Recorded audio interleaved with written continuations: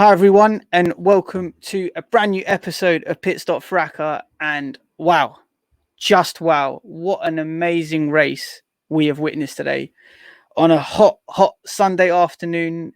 LH44, my goat Lewis Hamilton at his home race Silverstone brought it home for an 8th time. So he's a record 8-time winner at Silverstone. And with me today, I have Richard and Martin. Richard, how you keeping, mate? I'm all good, bro. I'm all good. I'm absolutely sweating in this heat, fam. Oh my god, the humidity is a madness, honestly. Bro, it's absolute madness. It's crazy. But other than that, it's been a pretty sound weekend, you know. I'll go back on top. Feels like he hasn't won for like months now. It's been that long. And man, it was getting bad. It was getting bad, man. I was getting worried. But we won't discuss that. We might have to do a segment actually soon. WhatsApp diaries, where we release information from the group chat or some of the hot takes that people have been saying, because it was hot on Friday when I saw that Merc pace. But yeah, we'll save that for another day. Martin, how you doing? Yeah, not too bad. Been a long week, but you know what? The sun's out, enjoying the summer weather. What more can we ask for? And tomorrow's Freedom Day. So what can we say? Beautiful. All right, let's add out. First and foremost, thank you to all our followers. The interaction today on the account was crazy. Past 2 weeks, it's been literally through the roof. We even got a shout out from Tomo, so that kept us also smiling the past fortnight. So yeah, if you're liking the pod, please make sure to @ us on Twitter. It's at Pitstop Fracas. Your views on this pod, your thoughts, tag us in it. We're keen to hear what you think of the content. Also on that note, if you're watching us on YouTube, like, subscribe, share.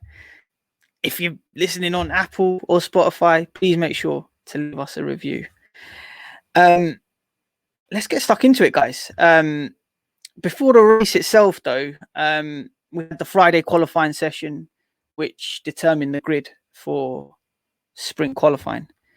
Now, for those of you that are new to Formula One, sprint qualifying was a new format introduced by Formula One this year, which is kind of like a mini race on Saturday, which determines the grid for the main event, which was today on Sunday. And in that, we saw Lewis Hamilton start on pole, however, get beaten into the first corner. Into the first corner by Max Verstappen, and he was able to bring it home. So as a result, today we saw Max Verstappen line up on pole, with Lewis Hamilton second and Bottas third. And what we saw was probably one of the most catastrophic incidents on the opening lap today. You had Max Verstappen, Lewis Hamilton going at it from lights out. They were scrapping with each other. You couldn't even fit like a 10p coin between two of them at one stage. Hamilton was ahead, Verstappen was defending. I saw going into Brooklands, I was up off my seat. I was getting all excited that Hamilton sort of had his nose in front, and then heading down the old main straight, heading to Copse corner, they collided, which resulted in Max Verstappen crashing out of the race. And the drama didn't stop there. But before we get into the aftermath of that incident, come to you first, Martin. What was your take on that crash between the two? So even though I'm a massive Hamilton fan, I will say that I kind of do agree with the stewards in where they said it's Hamilton's fault. I feel like the penalty was fair. I will say that the penalty was fair, but I do feel like with Hamilton, I feel like he was a bit fed up of always giving Max the space. He's had some, especially after yesterday in the sprint qualifying, where he was on pole and he lost it in on the opening start, and it just really, and I think it really bugged him and it was playing on his mind, and he really just wanted to catch Verstappen. And we know that every time he lets Verstappen gives Verstappen that space sometimes is needed, he ends up, Verstappen will start pulling away, and then he's gaining tenths on Lewis. Before you know it, by the end of lap 3, he's 3 seconds ahead. And I just think Lewis did not want that to happen again, especially at a home race. And I feel like he just decided to be aggressive. And it wasn't dirty driving or anything. He just decided, just this time, I want to be aggressive and do something. I say more of old Lewis. I feel like this is more old Lewis. I think more recent Lewis we've seen normally waits out, and then he'll attack later. Rather this time, I feel like he's just like, no, I'm not doing that, because every time I'm not letting Verstappen get away with this anymore. So he decided to be aggressive, and Verstappen decided to be aggressive. And you know what? When two hotheads clash, there's always going to be an explosion. So, and that's what ended up happening. I feel like there's been a lot of criticism on what happened. We will talk about Red Bull's comments a bit later. I just want to focus a bit more on the fact that there was a few people coming for the fans today at the British fans at F1. Obviously, following the bad rap that we've gotten over the past couple of weeks with the Euro stuff. And I feel like a lot of people trying to say that the fans was cheering Max crashing, which I don't quite agree with. I think they just saw Hamilton trying to get past Max, and they saw wheel-to-wheel racing, and they were so excited, and they're cheering, and they see Max spun. No one actually knows what's happened. They don't know if Hamilton's hit Max, I'm sure. But, you know, sometimes when you have a wheel-to-wheel racing and you see someone spin and then Hamilton's overtaken now, it's, okay, yes. We let out a chair, but I don't think it was in a malicious way as sometimes we've seen with in other sports where British fans have really gotten a bad rap. Yeah, it's funny you should touch on that, Martin. I feel as though, from my view anyway, when I saw the fans cheering behind Max Verstappen, it was, I think, celebrating the fact that he got out of the car and he was safe and he was okay. And that, you know, he didn't seem too, you know, injured, or obviously he was shaken up, but, you know, he came away in one piece. I feel as though what we saw after that, though, wasn't Formula One. It seemed to me like it was a football match in the last minute, and it seemed like all these tactics were coming out. You saw the radio messages, you saw emails being sent. It was like going crazy. Richard, let me come to you. What did you make of that with Horner's message, Toto Wolff's message, the FIA back and forth? It just seems chaotic at the time. It didn't seem like we were watching, you know, Formula One. No, yeah, I agree. To be honest with you, it was very chaotic, especially with the FIA radio that we have now. Of course, with also one of the guys from Red Bull contacted Michael Massey just to say, look, you know, this is a disgrace, blah, blah, blah. Look, that was totally more Max's fault. Of course, back on the boy, as they would, you know, it's inevitable in a situation like that. But of course, yeah, you know, Toto saying, look, I've sent you email documents, you know, evidence to say stuff on the rule book, to say, look, this is why, you know, Lewis is not wrong. Lewis is entitled to take that corner that way, blah, blah, blah. You know, it was pretty mad, you know. Imagine sending a man in a sport like Formula One, you know, emails with high importance and, you know, to whom it may concern, CC and all, you know, all the stewards and fucking like everyone in. It's pretty dramatic, I can't lie. I mean, it'd be great for drafts to survive. I loved it. It'd be great for I loved it when he said, I don't check my emails during the race. I was absolutely on the floor. Oh my God. I mean, yeah, it's such like, you know, trying to get your manager and, you know, you're just like, just tell them I'm in a meeting, you know, such like one of them ones. Yeah, it was very it did come a bit like TV showish, you know, a bit love and hip hop sorts, like drama sort of thing, you know. Yeah, people like Helmut Marko saying, oh yeah, Lewis should be suspended for a race, you know. Horner was even saying, did he say it was intentional or something from Lewis? I know he said something wild anyway, so it was just a bit like, you know. Yeah, so I was watching the Horner interview. Okay, so for those of you that don't know the race result, Hamilton went on to win the race, which obviously left a sour taste in the mouths of Red Bull, Hamilton, and the Mercedes garage. Now, Horner after the race turned around and said, I hope Lewis is happy with himself. That was unacceptable driving. You never make a pass into that corner ever on this circuit, when I know in the past many a driver have taken advantage going into that corner. There have been lots of places that have been traded going into that corner. He was saying 10 seconds is not enough. Yeah, he was just, I was watching that interview with the clenched fist. But let me come to you on this, Nam. Nam, you've joined us. What was your take on Horner's comments? Do you want the PG version or the X-rated one? Which one? X-rated, bro. X-rated, yeah. X-rated. Horner is an absolute scumbag and a bitch. Because I do not understand where he gets the audacity to even come that kind of way at the end of the race, knowing that your driver is Max Verstappen and has been doing it for the last, I don't know, 3-4 races. He definitely did it in Imola. He definitely did it in Spain, where you got your elbows out, and he definitely did it in France, where you got your elbows out and he was aggressive. So now it's happened to you, and then unfortunately, even it didn't even happen to Max. Max caused his own downfall and almost killed himself. So I don't get where Horner's getting all excited for. He needs to chill. He really does need to chill. I need my own 2-3 seconds on the whole Max situation in regards to his tweets and all that stuff afterwards. But in regards to Horner, fam, he's an absolute dickhead. Absolute dickhead. Because he clearly doesn't understand that they're racing for world championships. And as a result, it's going to get a bit sketchy. But for you to say that he was basically endangering the life of... No, Max has been endangering people's lives since he started in this F1 business. And everyone seems to be okay with it. Oh, but now Max has decided to make an issue.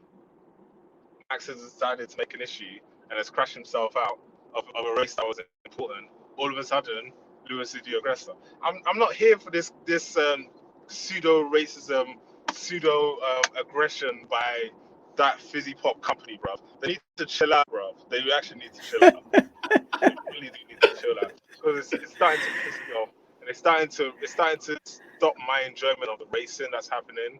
Racing is happening in Formula One. That's the nature of Formula One. But to go out and say, "Oh, you should be ashamed of yourself," where was this energy? Yeah, where was this energy when Max Verstappen was crashing out people in the start of his career? Where was this energy? You was applauding it then, weren't you? Guys, fam, let me go on mute now. Listen, even Perez did it twice last week. He wasn't saying nothing. Perez did something very similar last week twice. He didn't say nothing. And then they just want to keep tight-lipped about it. I personally think watching that Horner interview is very, very unprofessional of him. The way he was responding to Ted. It was Ted, right? He was giving the interview, or whoever the interviewer was. He was just giving. He was just giving one-word responses to him. It was just very unprofessional. You could see that it had clearly got to him. He kept going on about 51G. Okay, we get that it was 51G. I mean, why'd you keep going on about it for? Like, dude, Hamilton served his penalty and he come back and he won the race. You're just so bitter, and it was really, for me, frustrating to see. But I mean, you know what? Ever since 2010, I mean, I've been waiting for this from Horner. I wanted those tears, but yeah, go for it, Richard. Do you know what's funny as well? Yeah, you know, if obviously Lewis saved his penalty and didn't win, there would be no uproar about the penalty. Of course. There would be zero uproar. People would be like, "Oh, it's justified." Then it's only because he's managed to save the penalty and still win the race in an amazing fashion. People are like, "Oh, it's not harsh enough. It's not harsh." You know, it's the case of like, okay, it's unfortunate that, you know, Max crashed out in the way he did, but you need to bear in mind is that, you know, the safety of these cars are a lot better than what they were 10, 20, 25 years ago. You know, people saying, "Oh, yeah, you could have died." Yeah, of course. Like, well, we're not in 1985, we're in 2021. It's a very different time now. I'm looking at the more like the runoff area and the gravel area. That didn't slow the car down at all. Like, that did not to persevere the Delta G's that Max went through going into the tie wall.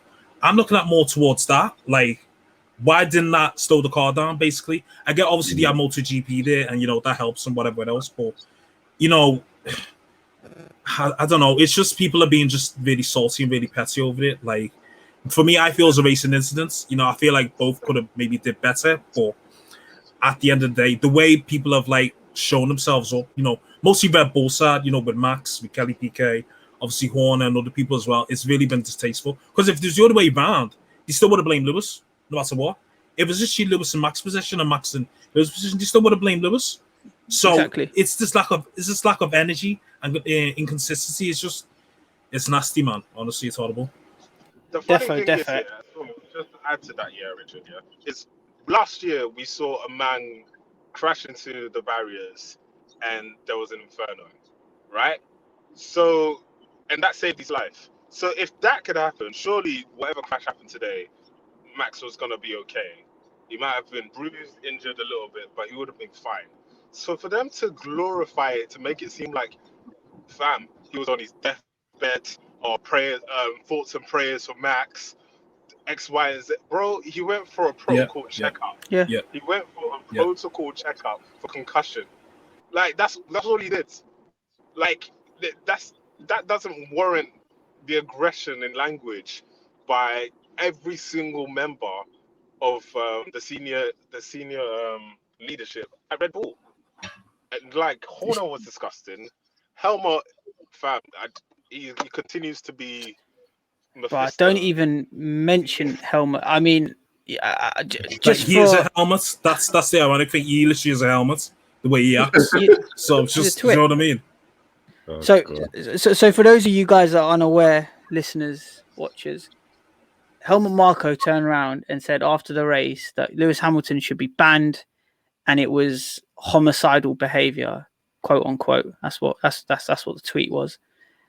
And I completely agree with you, Nam. Just the way in which Red Bull have reacted to this is very, very unprofessional, and it's disgusting. And I personally feel as though they're not going to gain any new fans from this. They're not going to, look good in anyone's book. You just as a big racing manufacturer, big racing team on the grid, you just don't move like this, especially in a world champion. Especially in the World Championship, and I would have bet, hey, it's Red Bull. I'm not surprised. Lastly, on this, I'm gonna come to you, Richard. I'm not an Insta user myself. I'm a bit old for it, to be honest with you. But Max put a little post out, didn't he? Something about unsporting behaviour, unprofessional. Along those lines, and he didn't like the fact that Lewis was celebrating, or the people were celebrating, whilst he was in hospital. What's your thoughts on that? Well, I just feel that he was acting like, I just said now, I'm gonna say he was acting like a little bitch, really. Tweeting from your hospital, then from your Instagram, being like, it's so unprofessional the way people are acting and blah blah blah. Okay, so let's take it back to when he crashed here. Okay, so there's footage going around of people celebrating him crashing out. Yeah, cool. Okay, maybe it was, I don't know, maybe just crashing out, celebrating at the fact that he was out the race, not so much the way he crashed, basically. I also seen when he was getting out the car, those same people were cheering that he got out the car, but that wasn't really doing the rounds. So all this thing about classless bits and all this shit, and it's pathetic, really. So of course, Max went on Twitter and on Insta. I was saying, basically said, oh yeah, I'm glad I'm okay. I was quite an impact, blah, blah, blah. I basically said, the penalty, that does not help us in any way and doesn't do justice to the dangerous move Lewis made on track. Watching the celebrations after the race while still in hospital is disrespectful and unsportsmanlike behavior, but we move on. Anik, you tweeted something off the account where he wanted to punch up Ocon after getting taken out, didn't he?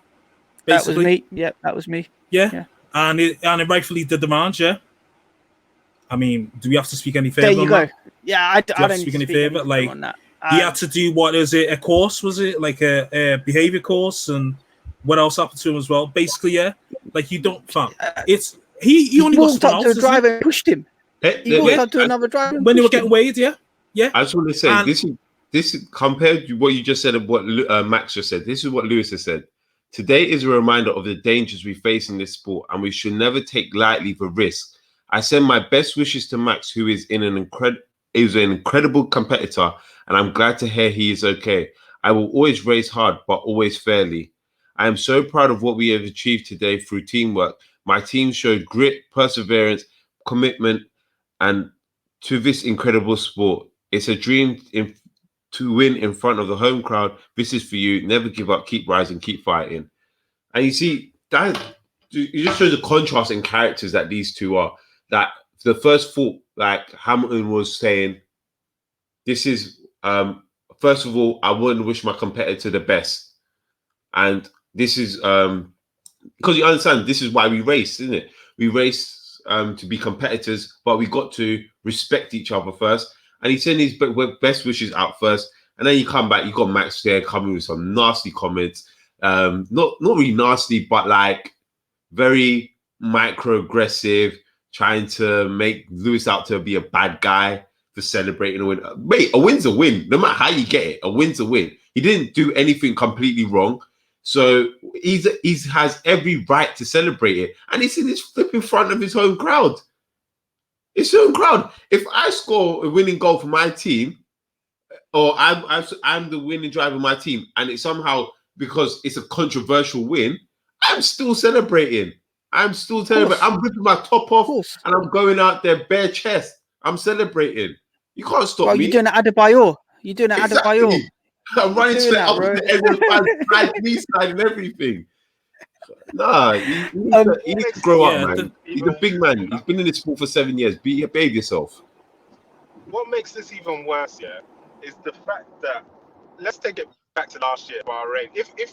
If you're not allowed to celebrate a win when there's a horrific crash or something that happens, let's take it back to Bahrain, when Roman Grosjean crashed out, who won that race? It was Max, didn't he?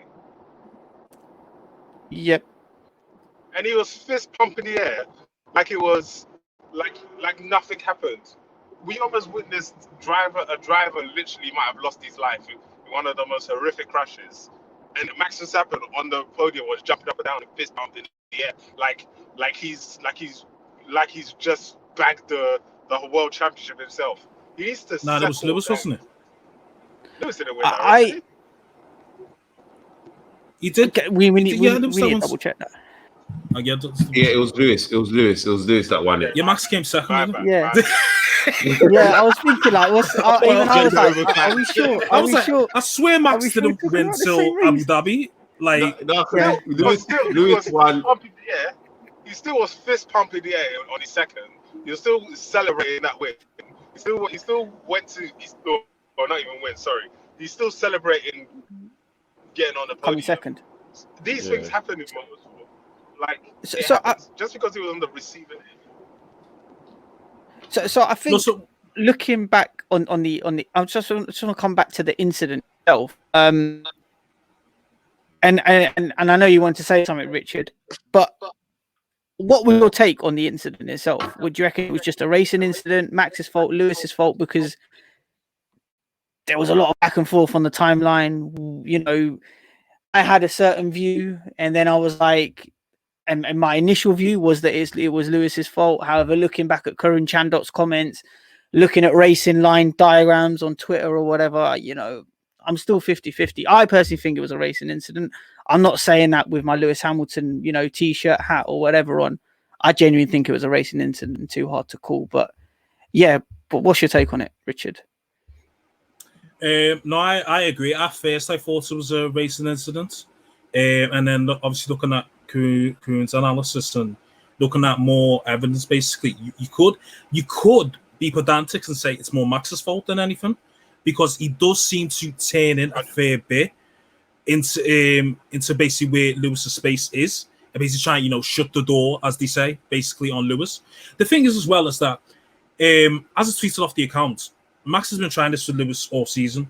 He tried it at Imola, he tried it at Spain, he's tried it, I think, at France as well. He tried it a good couple of times with Lewis to try and basically bully him. And Lewis has been like, oh, you know, I'll yield, I'll be able to catch you later on. This time around, Lewis is like, nah, we're in the middle of a title fight here. Like, I need to go for these ambitious overtakes, basically. Okay, people say, at Copse, you don't really overtake there, but, when Alonso overtook, Schumacher at 130R in Japan in like 05 or whatever, people were saying, oh, yeah, that was risky as well, but he still pulled that off. If Lewis pulled that off today, people would be like, oh, yeah, it's a great move and whatever. At the end of the day, I feel it was a racing incident. You could say on Max's part, he could have went wide, especially at the gift of the runoff area as well, to maybe give Lewis more space. And you could say maybe Lewis could have turned in a bit more and hit the apex perhaps as well. But at the same time as well, with the speed that they're going at, could Lewis actually turn in at the apex at a cute of an angle with Max that close to him? I don't think he could. So I think it's just basically a racing incident. You could say, yeah, Lewis could have yielded, but as I said, Lewis has been doing that all season. At some point, they were going to clash because Max thinks, oh yeah, I'm going to keep trying this black guy. I'm going to keep trying. He's going to yield each and every time. This time he doesn't yield. It's just unfortunate that's happened here, at Copse at this high-speed corner, and he's crashed in that way. At least Max knows now that Lewis ain't no small boy. At least hopefully that sends a message out to him, say, look, I've been giving you space and giving you respect all season here. This is where shit's going to get ugly. So I'm looking forward to Hungary now and the rest of the season. I look forward to, because I think it's going to happen again. I honestly think it's going to happen again because I think Max is going to get very hot-headed now and try and get him back in a way, basically. So I think it's going to happen again. But guess what? Lewis will still get the blame for it, even if it's entirely Max's fault. I think it's going to be 2016 all over again, with Rosberg and Hamilton clashing a few times. I think it's going to be one of those years now. It was always bubbling up to be that way, and I think Lewis tried to avoid it as much as he can. But I just don't think you can avoid it now. He has to be more aggressive, especially if the Red Bull is going to be this quick. He has to be aggressive. I'm not saying race dirty or do what Rosberg did and play some of the tactics Rosberg did, even though Rosberg's probably smiling down at Hamilton today. But it's like he's got to be aggressive. He's got to be more aggressive over the next couple of races. I think he's been very nice to Max over the past couple of races, and yeah, it's time just to bring back that old Lewis. Bring back that old Lewis where you're really being a predator rather than just always when he's able to run away with things and just say, I'll get you later or something. Like he did with Leclerc today. He kind of just let Leclerc go away on the mediums, didn't he? So when he was on the mediums, he just kind of let Leclerc get away. He didn't push on. But then he was like, all right, when it's the hards, you just saw him. Boom, boom, second lap, 1 second off, 1.2 off, 1.3 off, boom, here again. Now he's within DRS range. Bang, within 3 laps, done. Game over. Hamilton win. Done. Bang. And correct me if I'm sorry. Yeah. Sorry, Anik, correct me if I'm wrong. When Rosberg was doing this to Hamilton, I don't think there was this much uproar, was there?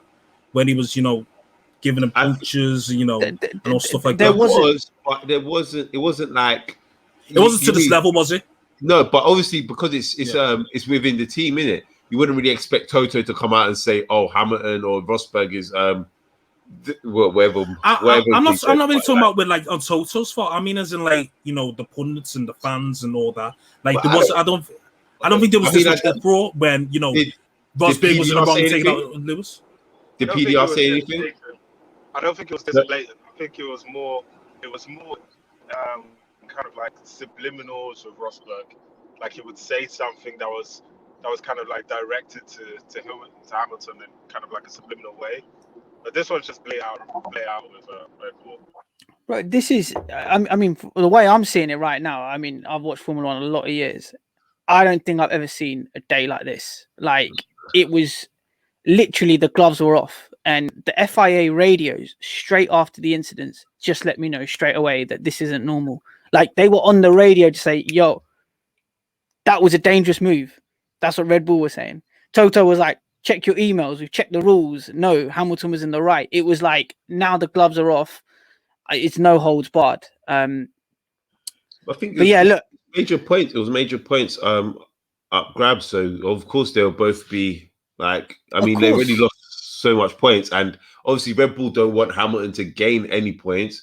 Of the, Bottas isn't going to gain much points for them. But it's, But And I we think will talk about him another day as well, about Bottas. But yeah, it's just go on, Anik. But I think you touched on it actually before the pod. Like, okay, fair enough. We saw the FIA radio straight after, but it was like after the race as well. It's like they still had that sour taste in their mouth. Lewis has served his 10 seconds. He's gone out there. He's charged through the field. He's won, and you're still bringing it up, which makes me feel as though, like, yeah, okay, now we're just gonna go for it, hammer and tongs. So It felt more look, personal rather than actual exactly about the sport. Like it was felt more personal, like more digs at Hamilton rather than actual. 100. I feel like 100%. yeah, if they wanted to do something about it, they could have said something about more, made it general, but it was very much all directed at Hamilton and about his character and stuff, which it's like it's like a typical thing sometimes. You just play into the black man's microaggressions and stuff, or I mean we're used to it now, isn't it? So But it is what it is. Yeah. Sorry, man. To me, yeah, I think this is very telling of Red Bull's mentality. In regards to just I guess how they felt that the championship was gonna go, and what's happening now. They thought it was gonna be kind of like a walkover for them. Max is gonna continue to be aggressive, and Lewis is just gonna continue to concede. And now Lewis has kind of amped up the pace, like you said, Martin, last few pods, that it's going to be the second half of the season now. So this is where Mercedes kind of turn it on, so to speak. That's when they start to turn on the aggression, turn on and kind of like they start to fine tune a few things. And I think today was just the beginning of that display from them. And Red Bull haven't responded in a great way. So mentally, for me, I feel like Max is potentially losing the championship, because I assume Horner's going all out because he knows that his driver can't mentally match that kind of aggression from someone else. Max has to be the aggressor, and everyone has to be submissive. If someone else is aggressive with him, he doesn't necessarily, from previous experience, he doesn't necessarily deal with that well. And if the team don't back him, then he starts to get onto the team. Why is this not happening? Why is this not happening? X, Y, and Z. So I think they needed to come out hard. But this to me has made me realize that Max mentally is struggling in regards to, all right, cool. Yeah. So now the world champion is matching my aggression. How do I deal with that?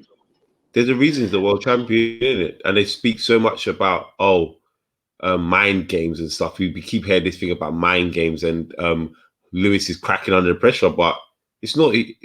Look, you got to be checking their boy. They got to check their boy first.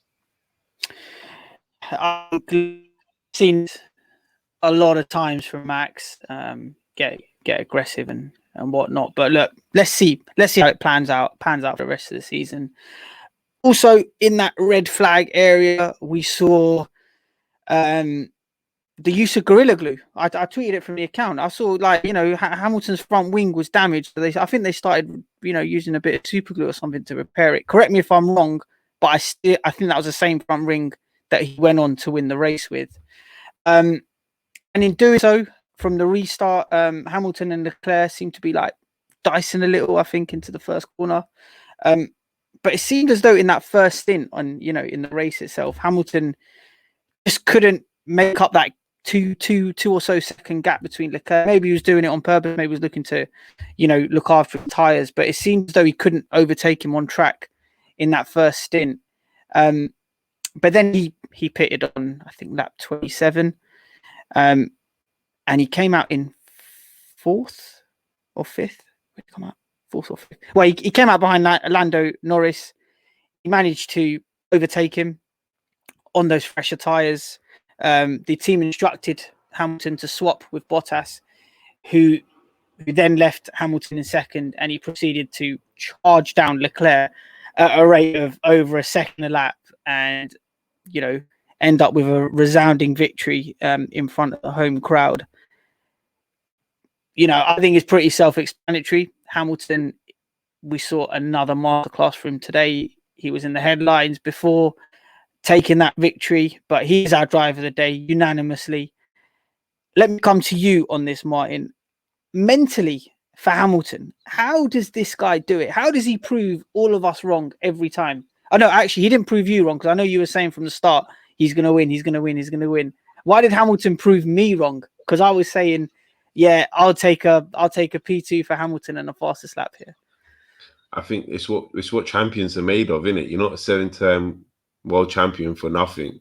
Even if you have one of the quickest cars on the grid, you have to have that mentality.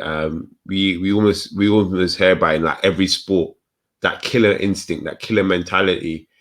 And to be a killer, you have to be a predator, don't you? So he has that instinct in him. We hear it when it comes to all the greats, whether it's Michael Jordan, Tom Brady, LeBron James, any of them. Doesn't matter what sport you hear about, they all have that that same gene in their body. And Lewis is he has that same gene. I don't know what he does to get into that mode, but I feel like especially with the home race as well, and he really didn't want to disappoint. He was just so happy to see so many fans out there supporting him, as well as the other British drivers as well. But they were really there just to really support Hamilton, and just seeing those LH44s on the Union Jacks, the hats and everything. He was like, his week started off very well, and he was like, I'm going to finish it on an absolute high. And boy, what a way to do it. I mean, like, I remember in the group chat, I was saying, I was getting frustrated with Mercedes. I'm like, why are they not pitting him? Why are they not pitting him? Because I just could just feel that Lando was just going to keep on gaining time. And I think they pitted him right perfectly. And it was nice of Bottas to let Hamilton through and not hold him up. Thank you, Bottas, for doing that this once. And then he just went on to win. And as I said, it's what a 7-time world champion does. That's what they do. That's why he is the GOAT. He is the GOAT. It was, you know what? Just when you were saying that, I was thinking, man, all of us said it, man. We need to be there next year. Fans, the crowd, it was electric this weekend. We could hear it through the screen. We were like, oh my God, it's just epic. It's amazing. And yeah, really wish we were there to celebrate with Hamilton. But don't worry, next year. Mahad's looking after us, yeah? Is he sorted out the expenses? Of course he is, of course. He's sorted us out. He's sorted us out with a box next year. But let me come to you on this, Richard. Talk me through those last 10 or so laps. Charles Leclerc in the lead, said he's comfortable, said he's got some speed in the bag. Hamilton's tires are blistered. He's charging through. What's going on there? Talk me through it. I mean, to be fair, even for me, it's a bit hard to, praise him.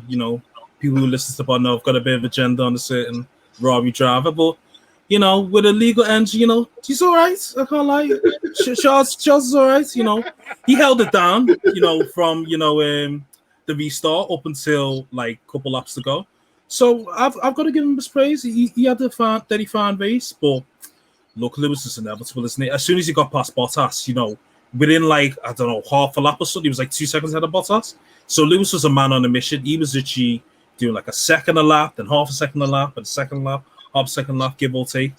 It was inevitable, really. And Charles is a decent defensive driver, but as soon as he nabbed him come lap 50 on the DRS and into, ironically, Copse corner, that was it, wasn't it?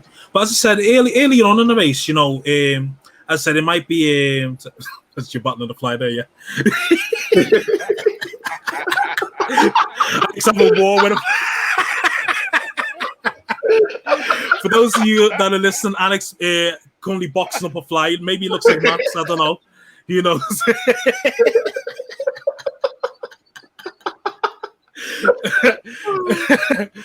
No, but fucking hell. No, what was I gonna say? Yeah, early on in the race, Lewis couldn't really get anywhere near Charles. He was constantly like 2 seconds behind him, I don't know if it's due to tire preservation or like something else. This was in the middle of Charles's engine issues. Kept saying that it was cutting out, then cutting on, and cutting out, cutting on. Like, sometimes when you don't pay your lucky bill and the lights go out and back on again. But that's not here nor there. But yeah, as soon as he had the pit stop and then he managed to get past Bottas, it was almost similar to what's his name? What was that race? Paul Ricard. That's it, yeah. Paul Ricard, where it was a lap or two shorter, Charles probably would have won the race. It was one of them things, but as I said, he had a very good race today, to be fair, even though he didn't head the lead off of, some Max Lewis chaos. It wasn't a legitimate overtake, but, that's not here nor there. Sometimes you got to capitalize on I would say he had a good start, though. He had a great start to even just get ahead of... Who was ahead of him? Was it the McLaren and Bottas? Bottas. Yeah, so he did well to get ahead of that, I think, and then just to be able to keep that distance as well and gain so much time so he can actually finish second, I think. But it is Bottas as well. Bottas, Jesus Christ. Guys, do you think this performance is better than last year's free will? I think it's on par, to be honest with you. I think it's on par with that. I think this one, I don't know, man. They're both amazing races.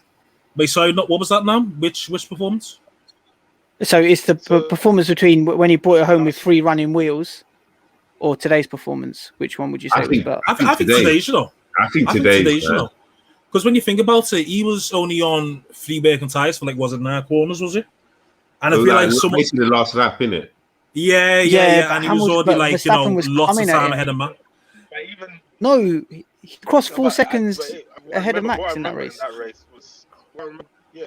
He was. I remember in that race he was still battling with Bottas, throughout the race. He still had to get past Bottas, and then his tires went, and then Verstappen was coming. That's what I remember. But yeah, I think this year's race has been. Was really good. His performance this year was fantastic, and I think I did even more the fact that it was in front of a home crowd. The crowd was up for it, and we got to drink Red Bull tears because it really gave us wings today. Sweet, very very sweet it was.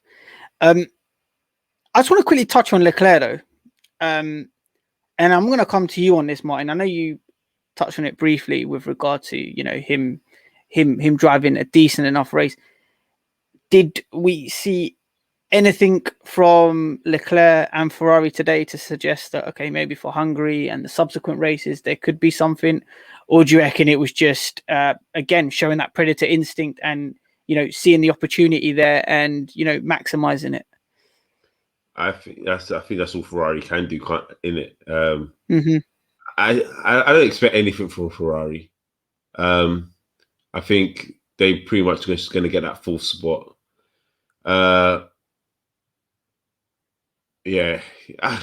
Ferrari's so difficult to judge.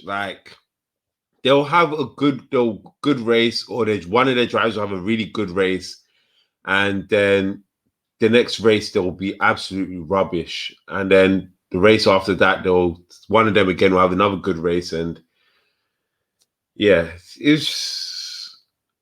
just neither here or there. Yeah, Ferrari just let them work on their 2022 car, innit? Yeah, because he fucked up Sainz's pit stop as well, didn't he? Because Sainz should have finished higher than what he did, but exactly. a 12-second pit stop, that's always gonna fuck you up, isn't it? So yeah, it's just, I think it's more the competence of Ferrari rather than the drivers themselves. I think the drivers can come out with their heads held high for this weekend. Yeah. I think it's more, Ferrari. It's just them lot, isn't it? Just Yeah, I think Sainz had a really good race as well. Sainz had a really good race as well. But yeah, as I say, when it comes to Ferrari, you just never know, man. It's like shooting and hoping, isn't it? You just definitely. One last question though on Ferrari and Leclerc. I'm going to come to you on this, Nam. Going into Copse corner, the race-winning move from Hamilton, was that fair driving from the two of them? Did he leave Hamilton enough space? Yeah, he left him enough space. I mean, he didn't squeeze him into the wall like a certain Max Verstappen, and he didn't turn into Yeah, we know that. like a certain Max Verstappen, and he didn't hit his wheel onto another car like a certain Max Verstappen. So those 3 points already make him a better driver than Max Verstappen at Silverstone. So I mean, he did. He did. They both raced fair. They both raced fair. Over Copse, and that's how you're supposed to do it. Give each other enough space around probably the fastest corner at Silverstone, and respect each other as drivers. And whoever is better or holds their nerve a little bit more. Sorry. When you say, I mean, Leclerc went off, to be fair, to go see Babe. Yeah, so he definitely gave him plenty some space. I think he gave him too much space. Boy. Yeah, that's because Leclerc didn't hold his nerve, innit? That he just. He's got bozo G. I love it. Hey, the man gave us space and then gave me even more space. So, hang on, let me come off. Let me come off the track. Like, whoop. I was like, hang on, what's going on here? Is this someone's future GOAT? Driving like this? Okay, I digress. Bob, that's my generational driver. Let's not talk about it today. That's my generational driver there. I gotta say, let's be fair on Leclerc around that. It's a very fast corner, and he tried to be quite respectful around the corner. I just think that Ferrari isn't that great to drive, and probably was out of sorts as he was coming around the corner. So it's difficult for him to keep it on the track at that corner. That corner is incredibly fast, and people I think must forget about it as well. But I mean, I'd rather do that than hit someone's wheel and slap myself into a barrier at 51G and then complain about it after. That's what I would prefer to do, to be honest with you. Yeah. Anyway, is what it is. Let's see if Leclerc can get onto the top step of the podium at some stage this season. Remains to be seen. But coming back to Hamilton, we've touched on it. We can't get away from Lewis, can we? The start of proceedings this long weekend. On Friday, we had the qualifying session, and he was able to stick it on pole, which meant that he was on pole for the sprint qualifying session. Richard, what would you make of this new format, this sort of 3-stage process leading up to the race day on Sunday? How did you assess it this weekend? I thought it was okay. I didn't think it was spectacular. I didn't think it was shite, to be honest. To be fair, I would prefer it if you basically, so like in F2, basically, if you get pole in qualifying, you start on pole for the feature race on the Sunday, and then the sprint race is over, reverse qualifying, blah, blah, blah, cool.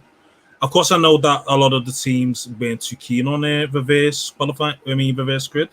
So I think, okay, fair enough. But the thing is, the format is a sprint qualifying, so it's just basically a long racing qualifying session where you can just rejig your position. Basically, it's almost like a second chance saloon. So, for example, with Alonso, he qualified on Friday, I think 12 or something, and then he made up like 5 places. Like, it was amazing start from him, really. And he got up to like 5th, and then obviously the McLarens dunked on him, and he qualified 10th. So you think, okay, cool. But someone like, Checo, he got into Daniel Ricciardo's wake, ended up, going for a little pirouettes and almost tried to kill someone. I think it was maybe Tsunoda or something. And he tried to rejoin the track. I thought that was dangerous driving. That was very dangerous. Maybe it's a Red Bull thing to be dangerous driving. I know this little bozo gene that some of these drivers had. Because Sainz did the exact same thing as well. I think also on Tsunoda as well, something like that as well, where you literally rejoin the track and go think these drivers are great trying reactions. To take out Tsunoda right here. Yeah, trying to take evasive action, really. So it's just, that was a bit messy. To be fair, if it was to be brought in for next season, I would only want it for maybe a maximum of 3 to 5 races at the same time. Because at the end of the day, the new cars are going to be able to follow each other a lot closer anyway. So there might not be a point to it regardless, perhaps. But at the same time, I feel that it should be the case of, with this sprint quality, it should be a sprint race. So there should be actual points on the line for it, basically. So even if you do the top 10, get between 1 point to 10 points, like the old point system, basically, like pre-2010. You say the winner gets 10 points and then second place 8 points, whatever. I think that would be a lot better of a format, really, rather than the whole, because, we was all made up when Lewis got, the fake pole on the Friday, basically. To have that then like snatched away from him in a little 17 lap race to then start second, and then this incident happened, it didn't sit right with me, really. So ironically enough, you should say if it wasn't for the sprint quali, the incident wouldn't have happened. Maybe so, who knows? Yeah, but you never know. Yeah, you could say that as well. But yeah, I think it's all right. I want to see more of it. Basically, this season. Well, there's going to be more of it this season. I want to see how it is in Monza and whatever the fair track will be, if it's Interlagos or whatever, to get more of a gauge of it. But I don't want it to become like, let's make it for 10 races next season sort of thing. Because that's when it turns F1 into a gimmick, especially if you're going to do a qualifying base, not like a little sprint race sort of thing. Because I want, F1 to hold its integrity and to be pure. If someone gets the fastest lap in qualifying, they should start on pole. Not this fugazi thing of, let's rejig it and, turn it up a bit for 70. I'm not 400 kilometers. I'm not too keen on that. So, as I said, it was all right. All the commentators saying it was a success, like, but you couldn't say why. It's like, why was it a success? Because your boy got pole, basically. Like, exactly, yeah. So, I'm able to give it another go. Then we can assess in this season whether it's really worth it or not. Because then, as Ross Brown said, it's based on fan engagement. So, if you make a lot of ruckus on Twitter and say, yo, this is shite, maybe they'll pull away for 2032. So, who knows? Yeah. I think it was good. I liked it. Maybe they should try it this year. I think maybe one of the races, maybe Interlagos, if it is that gonna be it, maybe let's try the sprint race with like a reverse grid. So that way the drivers can kind of like make it to the front for pole instead of, let's say, Max sitting at the start, going around for like 17 laps and then finishing pole. Like it doesn't make sense. I think if it was a reverse grid and they did that, it would have been a little more exciting, because there's no way the Haas are gonna finish first. They're just not gonna do that. So, and there will be more overtaking, more kind of like pressure and more, I guess, competitiveness. Because I've got two minds on it. I think the sprint race was good, but the wrong regulations were there. Like, if for next year's cars, I think the sprint race would work really well. But I think as well, if they reverse grid it and they brought more pressure, it would allow the whole 17, 18, 19, how many laps there is going to be for the sprint race to be more competitive. Because let's not lie, after lap 4, it was you knew what was going to happen. Yeah. Nothing else really changed. So I think it was too long. I personally think. Do you think you should, Nam? Do you think you should reverse it through the top 10 or the whole grid then? I think you've got to do the whole grid, because if you do the top 10, then there's nothing for. I mean, if you do the top 10, you have to kind of reverse grid 11 to like 20 as well. So if you do reverse top 10 and then reverse 11 to 20, that potentially could work. But I think if you do the whole grid reverse, then it allows for more overtaking, more competitiveness. Because exactly, it leaves that. I don't think they should have the rest of them on. I think I kind of like the format they kind of did it, but I think instead of having a Q3 session, I think just have the top 10, just rate it out over like not 17 laps though, but just like 10 laps. I think it was too long, because after lap 7, everyone was pretty much in the same position, and it just wasn't. There wasn't much action happening elsewhere. So I think, just have that the top. If you want to do sprint quali or whatever it is, have the quali Q3 and Q2 on the Friday. Then on the Saturday you can have Q1 and just have the top 10 cars as you do. Just go over 10 laps and just race it out. I think that I'll say something like that. But I agree with everyone else. Like you don't want it like every race or every 10 races. I think the spectacle races like Silverstone, Monza, Possibly Abu Dhabi if they fix that track. Yeah. Yeah, I think if they just turn sprint quali into a sprint race and put points on the line and reverse it, but still keep the integrity of Sunday, basically, where if you finish on pole and qualified, you get to start on Sunday. I think that'll be a lot better, to be fair, rather than the sprint quali. That's what I feel. There's loads of different ways in which they can do this. I think it was a good experiment. I think it provided a bit of action. But then again, you know, on the flip side, after the first 4 or 5 laps, you knew kind of how it was going to end up. Obviously, you know, pit stops and everything coming into play. But look, let's see what happens. Obviously, cars are going to be able to follow next year. So maybe, you know, it could work. Want to move swiftly on to the Mazepin Award, the clown of the day, the stinker of the weekend. So we put the poll out on Twitter this week, guys, and it went to Red Bull themselves. Not just Max, not just Horner, not just Helmut Marko, not just, you know, those guys. There's also Perez as well, who didn't cover himself in glory this weekend. We touched on it in the last section. You know, he went spinning out in the sprint quali. He didn't cover himself in any form of glory during the race. I think he pitted like 3 times, and then, you know, the rats that Red Bull are decided to pit him, go for just like that from Lewis.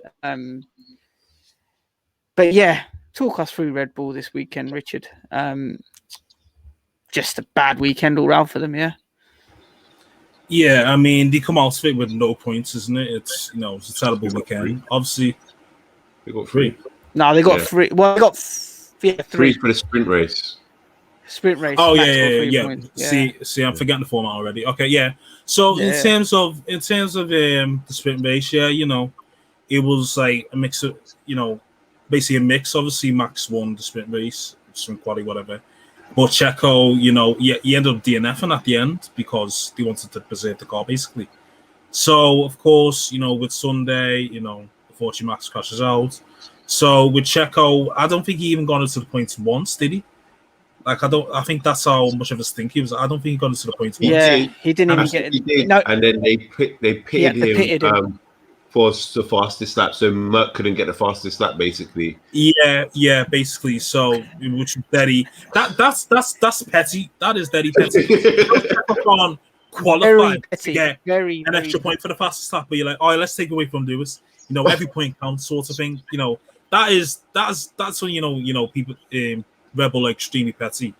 Either way, it was a shite weekend for them. It was a terrible weekend. You know, when Max crashes out, you want your 2 drivers are trying to club themselves in some sort of glory, but he didn't. I don't know if he had an issue or he was just having an absolute stinker. But yeah, it's a bad weekend for Red Bull. But you know, at least it makes the constructors fight a bit more interesting. Yeah. I think Red Bull and their fans. Like all their little dumb clown emojis and all of that. Listen, I know what emotion you really want to put. Just put it and let me argue with you. I can't. All these clown emojis just piss me off, man. They just. Yeah, they had a stinker this weekend. For me, they didn't cover themselves in glory. As you said, what they were doing on the socials was. And this isn't just Red Bull F1, you know, it's the Red Bull company. Like, under F1, Red Bull. When you have drinks to go make. Yeah, Red Bull Germany. Boycott Red Bull. Boycott Red Bull. Yeah, let's just drink Monster. Let's just drink Emerge. You know, that 35p Red Bull, that 35p energy drink. Let's just go to that. Boycott them. But yeah, there was so much more we had to get into this week. We'll probably cover it next week. With regard to the race today, Richard, Martin, anything else you want to cover? Just a shout out to Ocon, finally. Doing something decent after getting a new contract. I think he had a decent weekend. Well done, Ocon. I mean, Yuki got a cheeky point. He got a point ahead of Gasly. Well, Gasly had to pit towards the end because he got a puncture, so take that way well. Basically, take that way well. Mazepin. Oh no, hang on. Mazepin overtook Schumacher. Really? Yeah, I see the tapes. Yeah, look at the standards. Did he also crash into Schumacher this weekend? Yeah, he spun on the first lap as well, didn't he? The funny thing is, Oh, he did. Yeah. You know, when he spun, we're just so accustomed now to like, oh, that's just who spun Mazepin. All right, okay, that's fine. It's cool. These two Dyson at the back of the grid, it's fine. But what if he overtook Mick Schumacher?